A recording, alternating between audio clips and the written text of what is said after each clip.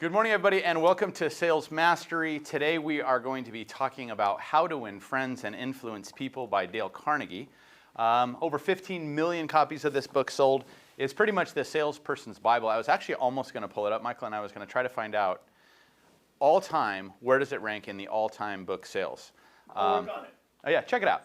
And secondly, I want to say that this book was written in 1936, which is crazy. Because that's closing in on 85 years ago, something along those lines. So, and it's still one of the most popular best sales books ever written. And I don't know if you guys know what the Dale Carnegie How to Win Friends and Influence People kind of theory is or how it was created, but Dale Carnegie was hired to kind of go out, and I don't remember what the name of the organization was, but he was hired to go out into the world, find the most successful people of the time, which was, people like the founders of the railroad and the Rockefellers and all the most powerful people back in the 30s and 40s and all that, and try to figure out exactly what it is about them and what they have in them inherently that makes them such amazing salespeople, but more importantly, what makes them so successful.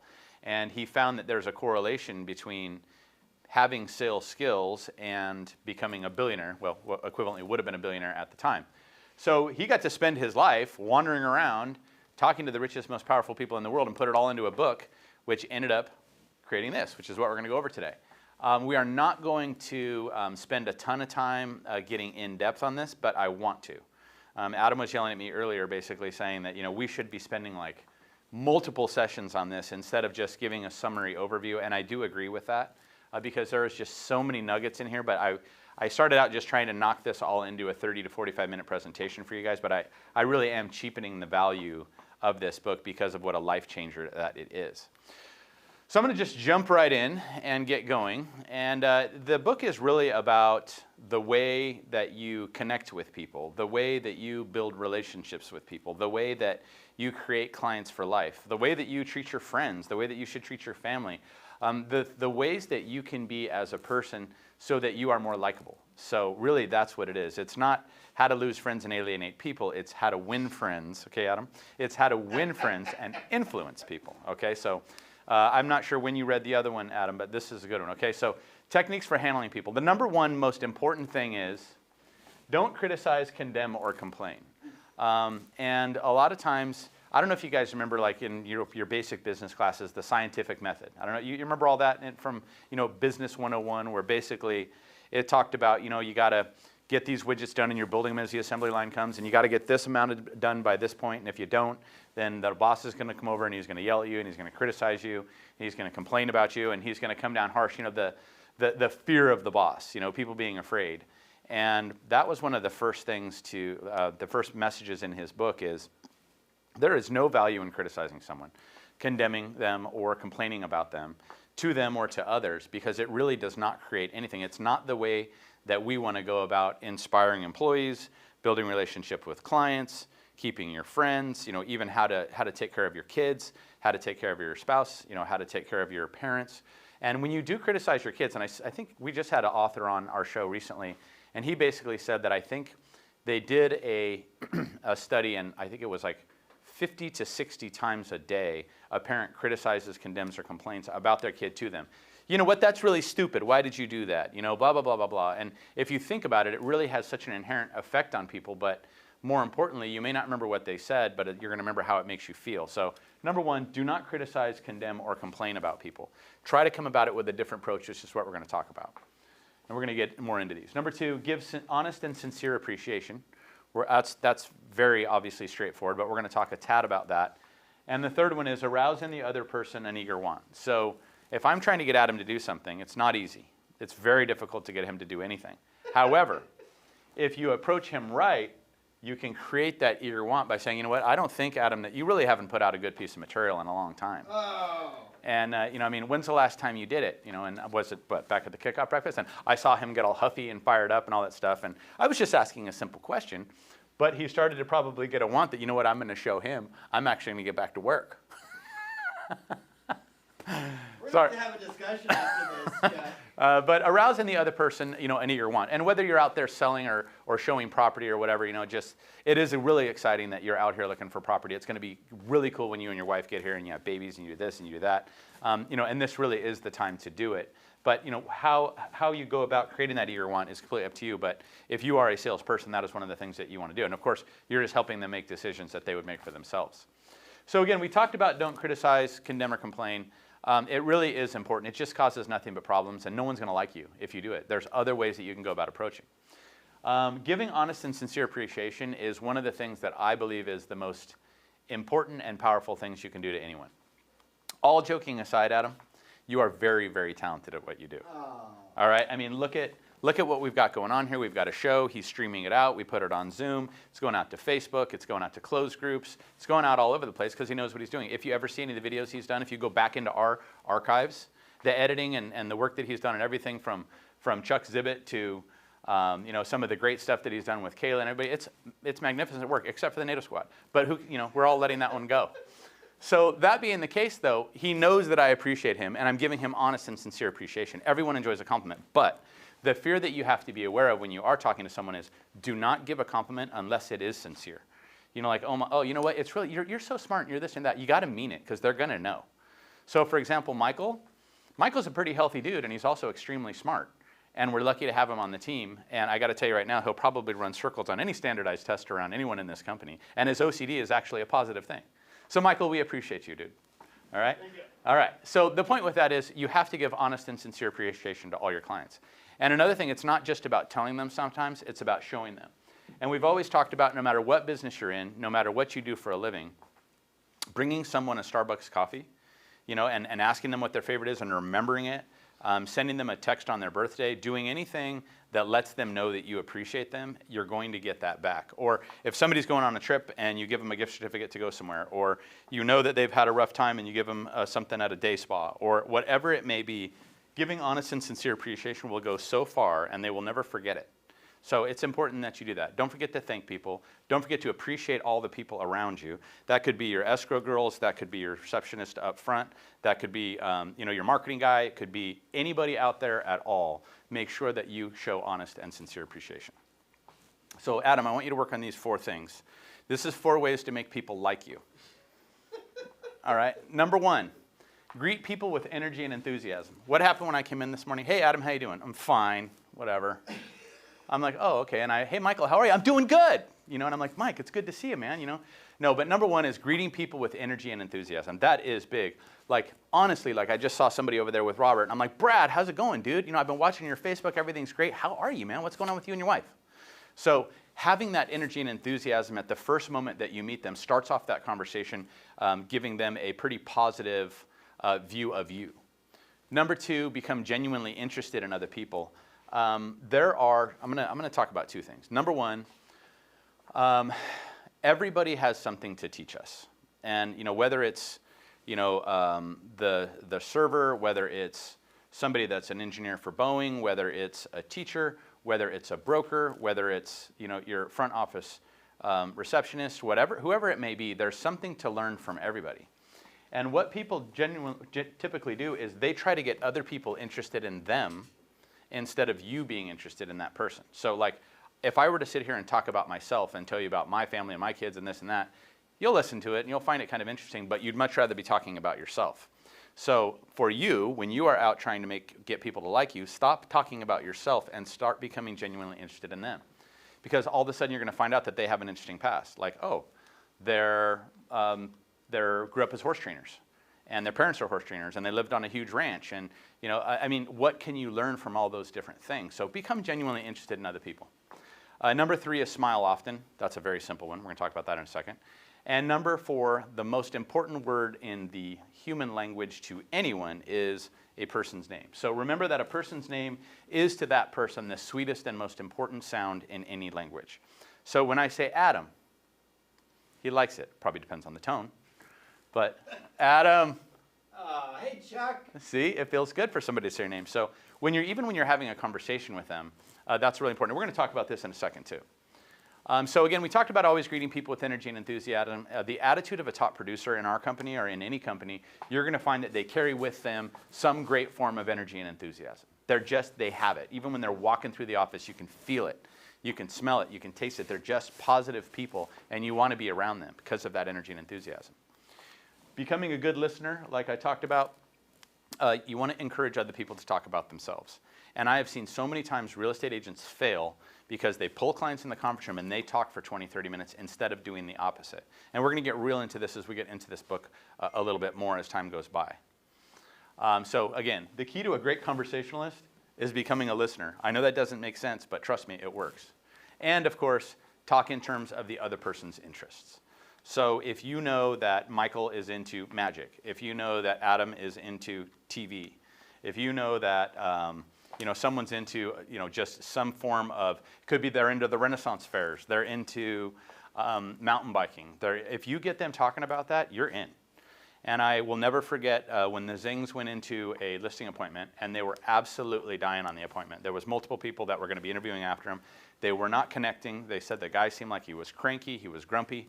And then all of a sudden, Robin gets up to go to the restroom, and in there she sees a giant airplane, a glass airplane, on the counter in the bathroom.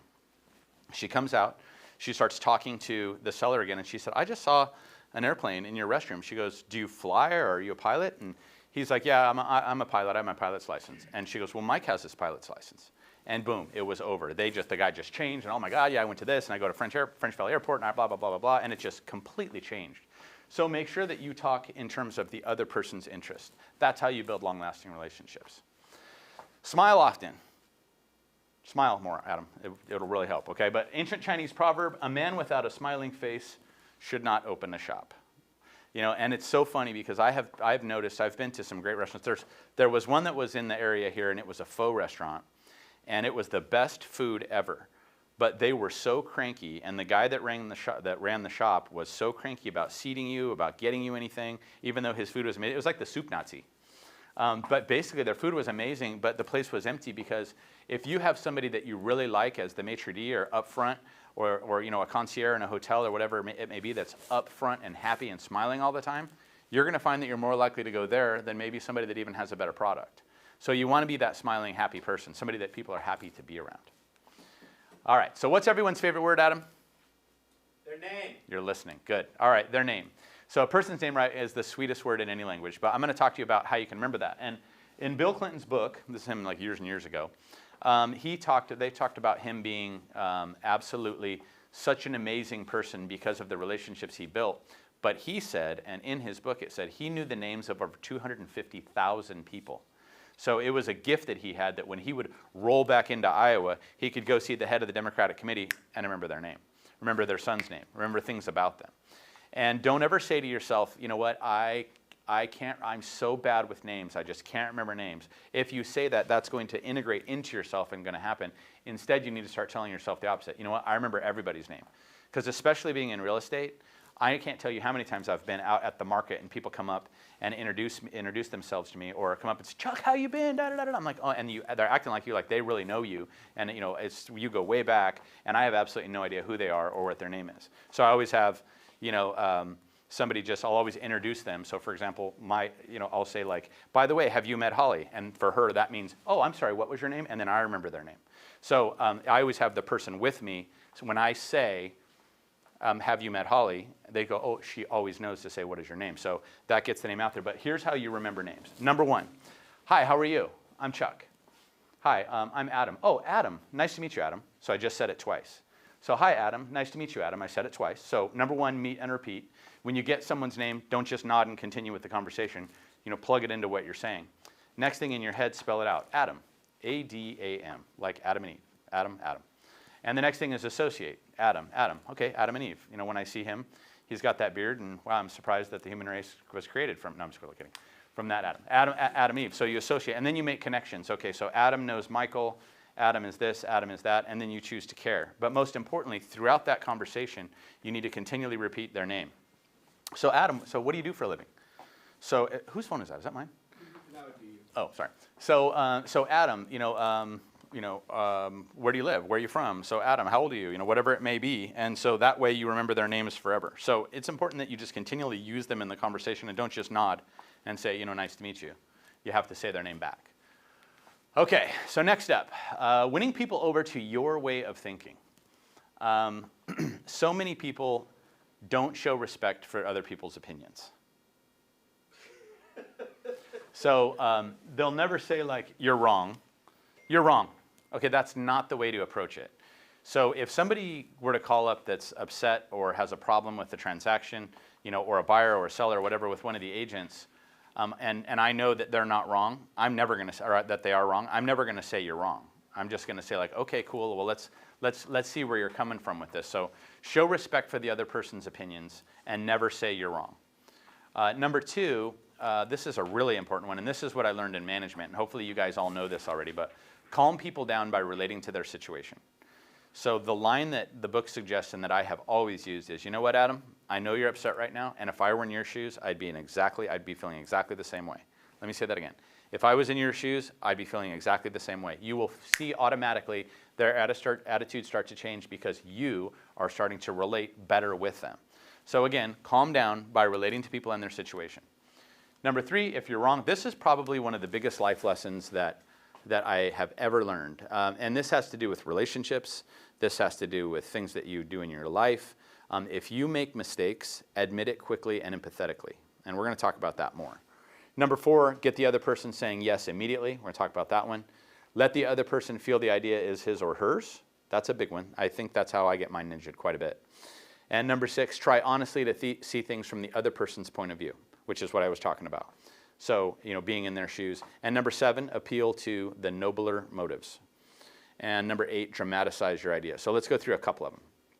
So number one, remembering the magic words, if I were in your shoes, I would feel exactly the same way. That will automatically calm anyone down that is upset. And they're going to go like, oh, okay, thanks. So now they know they have somebody that gets it, right? And they don't have to argue and scream at you about it. Number two, if you are wrong, admit it quickly and empathetically. Here's three things you can try. You know what? I'm sorry. Number two, it's my fault. Number three, what can I do to make it right? So if you make a mistake, and all these, even with judges and, criminal cases and all this different stuff, people fight it and fight it and fight it, where if they just went in and said, you know what, Your Honor, I blew it. I had a rough night. I was out. I was drinking. I did get a DUI, whatever it may be. But if you're more honest and upfront with them, they can't be mad at you. If you make a mistake and you tell your husband or you tell your wife, I did make a mistake. I'm sorry. It's my fault. What can I do to make it right? That's going to just end it because of this line right here. Forgiveness is inherent. People generally always want to forgive. They don't want to hold on to it. And it just cuts the argument out from under them if you just automatically say, you're right. I was wrong. I'm sorry. It's my fault. What can I do to make it right?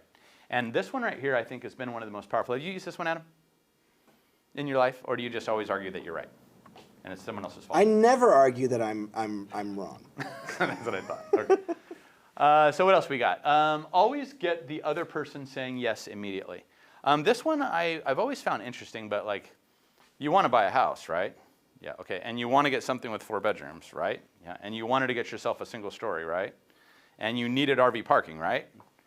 And you needed something with a 3-car garage, right?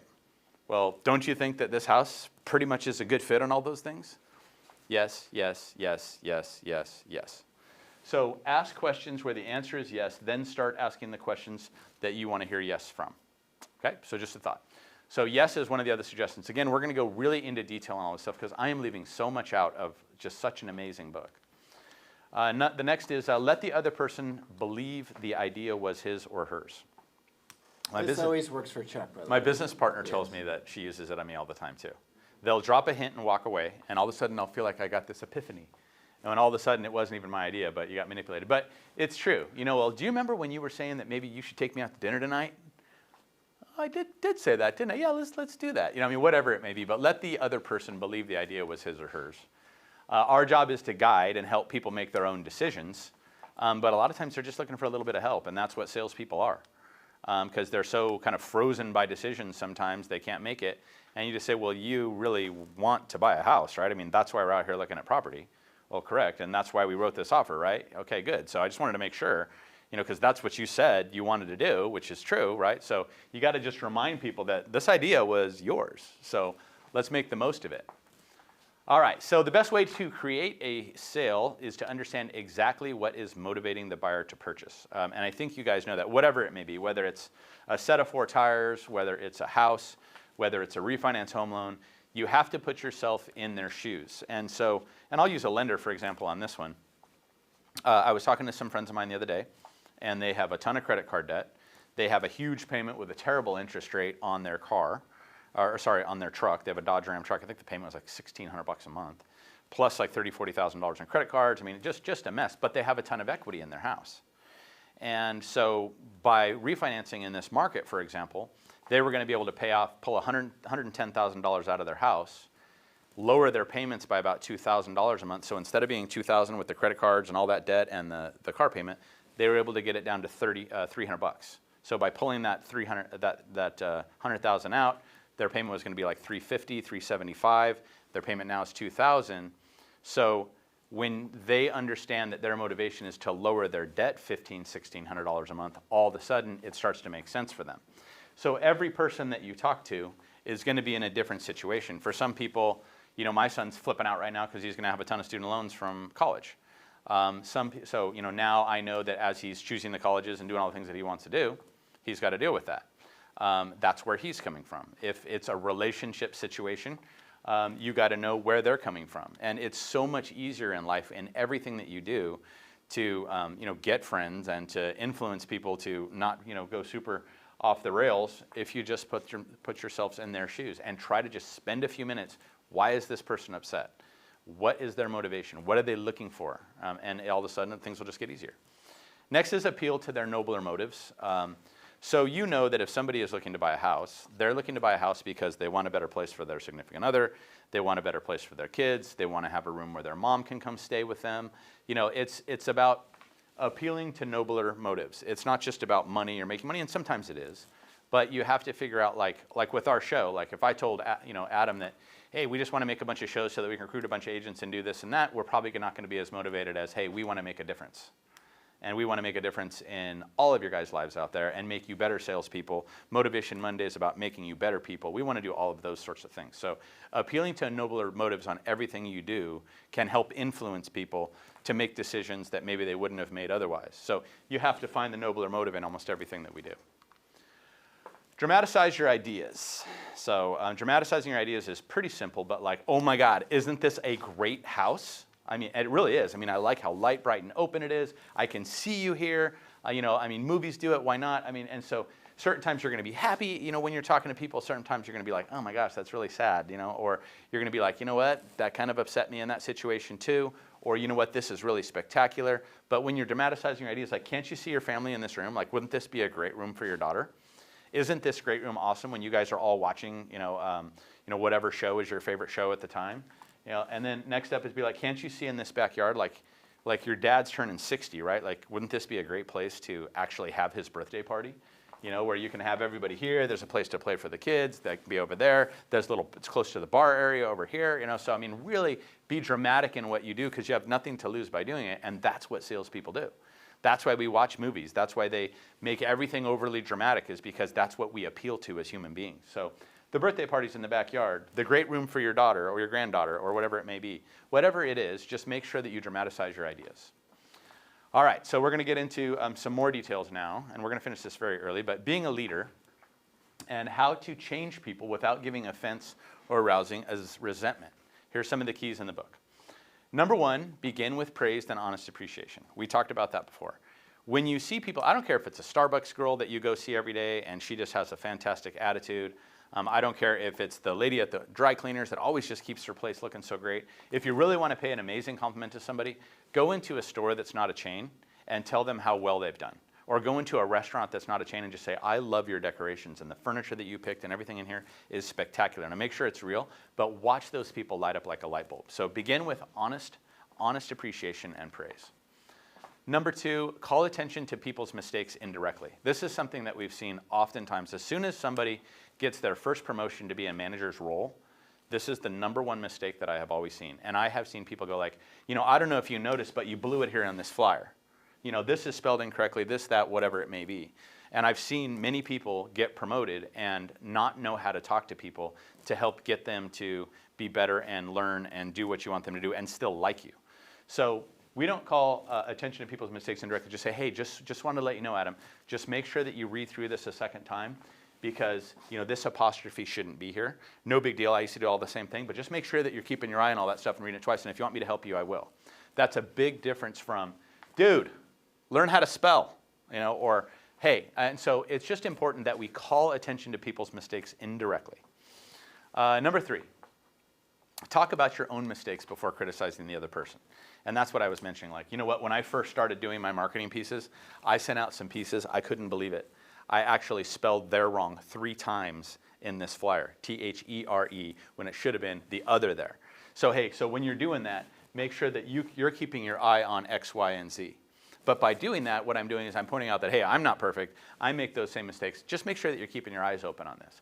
But big difference than that old style of management where you're coming down hard on people, which doesn't work. That's just going to make them not like you. Number 4, ask questions instead of giving direct orders. Another big one. I had somebody previously that used to work for us, and she was the nicest girl ever, but she got a little bit of power, and she used to order people around like crazy. And it took her a while to realize that ordering people around is just going to get you the bird when they walk around the corner. You need to actually say, hey, Adam, would you mind cutting up this video for me? And do you think you could get it done by 2 o'clock? I'd really appreciate it. As opposed to, Adam, I need this video by 2 o'clock. Please cut it up. You see the difference? You're letting people think that it's their, you're letting people think that it's their choice. And that is the big difference. If you were to say, hey, Trevor, take out the trash. That's cool, but hey, Trevor, would you mind taking out the trash? Do you see the difference? If you ask a question in the way you will get people more motivated to do it. Like, hey, I know this is a dirty job, but can you please take out the trash in the bathrooms and clean the toilets? Would you mind doing that for me, please? That's a big difference in, I need you to clean the toilet. Get in there and do it for me. Like, it's just a way of approaching people, and this is a big one. If you direct order people, no one's going to want to work with you. Just no one. Number 5, let the other person save face. If they did make a mistake, which they do, let them save face. Like, you know what? They're going to be like, I missed that. Oh, no problem. I missed that stuff too, And even Jen over there has missed it, right, Jen? Hey, I'm just saying. So let the other person save face. Don't just make them look stupid in front of somebody. And also, the worst thing, and that's something I can't stand, is don't call people out publicly for their mistakes. Pull them aside and say, hey, just wanted to let you know, I don't know if you saw this, but blah, blah, blah, blah, blah. Instead of like, well, everyone, if Adam would check his shit, maybe we wouldn't have this problem, but I guess he's too busy. So you don't do it in public, you do it privately, and always let them save face.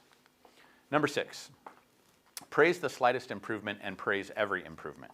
Be hearty in your approbation of lavish in your praise. So if somebody does something good, you also need to acknowledge it because they're waiting for that.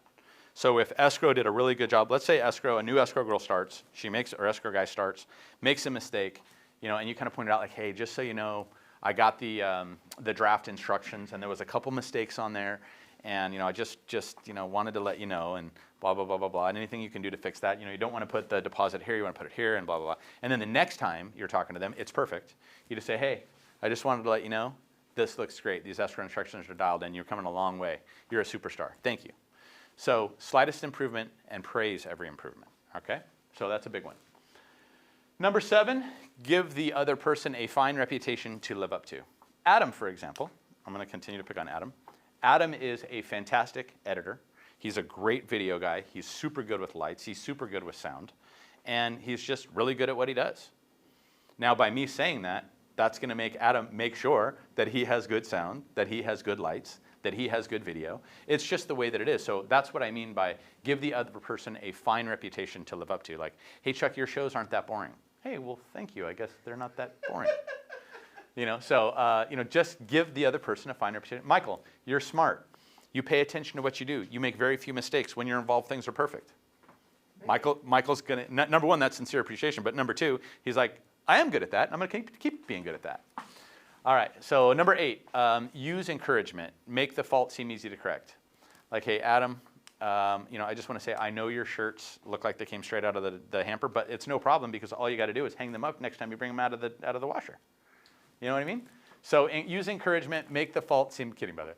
Use encouragement, make the fault seem easy to correct. Like, hey, I know this is misspelled, but all you can do too is you can just make sure that you autocorrect it, on your spelling, or have somebody else take a quick look at it. And we probably shouldn't have any problems on these flyers again.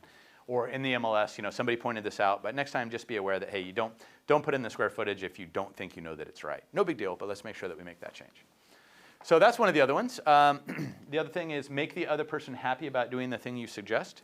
So, whether it may be like, hey, I have an idea. Let's redo this flyer, and let's see if we can just kill it and make it one of the most amazing pieces we've ever done. And then we'll have a great template for the future. You down with that? I used a question. I paraphrased it in a way that I know that they're not feeling it's a direct command. They probably like the idea of doing something really cool and having it really dialed in. So making the other person happy about doing the thing you suggest. So that's just another thought. So anyways, I don't know if there's any comments or questions out there in the Facebook group or not, but we knocked this one out in 30 minutes. Well, real quick, I pulled up the numbers for sales for How to Win Friends and Influence People. It's sold about 30 million now copies. 30 million copies. There's only about, outside of religious texts, there's only about 60 books or so that have ever sold that many. Wow. 7 of them start with the words Harry Potter. And of those 30 million, only 8 of them are nonfiction. Really? So, or above 30 million in I sales. love that. So, I mean, so that's pretty cool. I saw in the list, it's also like the 8th most checked out book at the New York Public Library ever. As it should be. As it should be. So here's the book if you haven't bought it. Wow, so that's how old my book is. Over 15 million copies sold, now it's 30 million? Great. Yes, Adam? Yeah, everyone who's watching, you really need to go and read this book. It did change my life, and sometimes I forget it. Like, for instance, I was yelling at Chuck, like, why didn't you make this a longer series? Why did you just blow through this amazing book? And I was criticizing and condemning him. Now I'm going to have to go and, correct my wrongs. I'm sorry I was so harsh with you. Sometimes I get ahead of myself, and I have to mind ninja him later. So it's really helped me in my career, and if you haven't read this book, go and get it. Go and get it. It's a life changer. Yes. It's a life changer. It's a life changer. So, all right. So basically, that's it. If it's a quick 30 minutes, we will do better. We will get more in depth. We will hit chapter by chapter here in the next couple of months for sure. But again, if you have not read it, I know my sons use it. It's powerful. It is really, really great. I wouldn't say that if I didn't believe it. And of all the books we do on the Monday Motivations, it's the best one by far. And it's written in 1936. So anyways, Adam, I'm good. Anything else you want to add? All right, and also all of you people watching right now, go ahead and click that like button. It really boosts our algorithm and helps more people see this. And go ahead and leave a comment in there, what you thought of the show, etc. It would really help us out, and we greatly appreciate it, and we love that you're here watching this with us. Awesome. All right, well, thank you guys. Get out there, go influence some people, and go win some friends. So thank you, Adam. Thank you, Michael. And we are out of here. Enjoy the rest of your week, and we will see you soon.